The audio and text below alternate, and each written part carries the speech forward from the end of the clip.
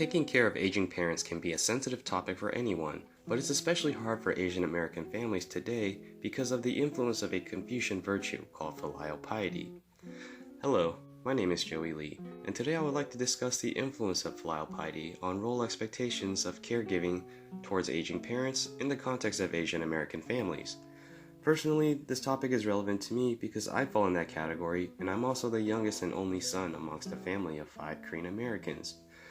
Even though I'm in my early 20s, my parents are approaching their 70s later on next year, so considerations into how our relationship might change over time is something I have to consider. As you're listening to my story, please be sure to ask yourself, what determines a good son or daughter in the context of elderly care? To what extent does the welfare and happiness of our parents affect our very own? But first, I'd like to begin by sharing some background knowledge regarding filial piety.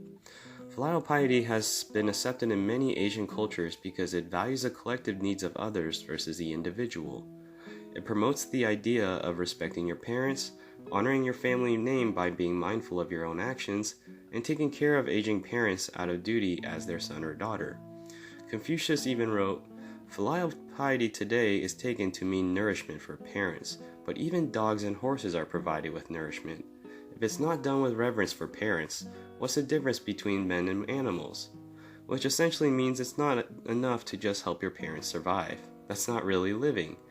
You should perform your duty with some intentional gratitude and enthusiasm, because if you don't honestly care and support your parents with genuine affection as their child, then that dishonesty can be felt and communicated through both parties.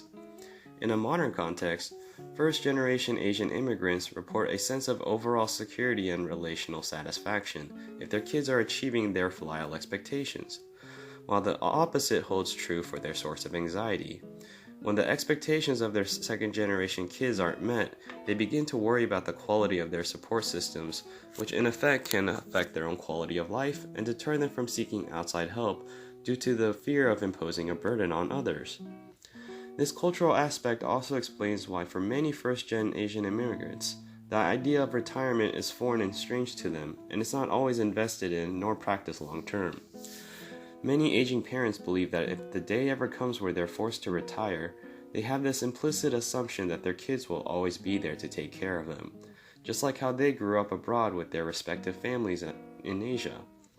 However, trying to practice these traditional virtues within the context of a modern Western society is a little difficult at best and impossible at worst. Many Asian Americans express that the difficulty in elderly caregiving isn't the physical aspect, but the mental toll it takes when they stretch themselves too thin and take on roles they weren't quite suited for or too many roles to begin with and start ignoring their own personal needs. A recent survey of interviews amongst second-generation Korean American adults reported that they would feel disgraceful or ashamed if they sent their parents into a nursing home, even if it's the better option than trying to take care for them at home personally. In some regards, they could consider it a failure as their son or daughter if they're unable to help for their aging parents in tangible aspects such as monetary support, providing shelter, food, clothing, and transportation, and simply just handed off that responsibility to an outside agency like a nursing home.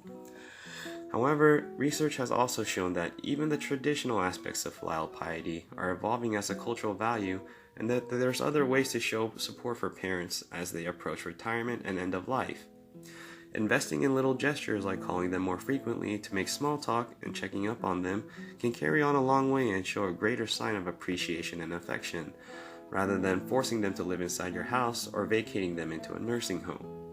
While many Asian American adults like myself may not share the same philosophy of our parents, there is a level of mutual respect and understanding we have for one another, because we're able to communicate our personal values and expectations. With less ambiguity and more clarity about our own personal values and our parents, we can begin to communicate more honestly without compromising our personal identities. To briefly summarize my point, I leave you off with a quote from Maya Angelou. "People will forget what you said, and people will forget what you did, but people will never forget how you made them feel."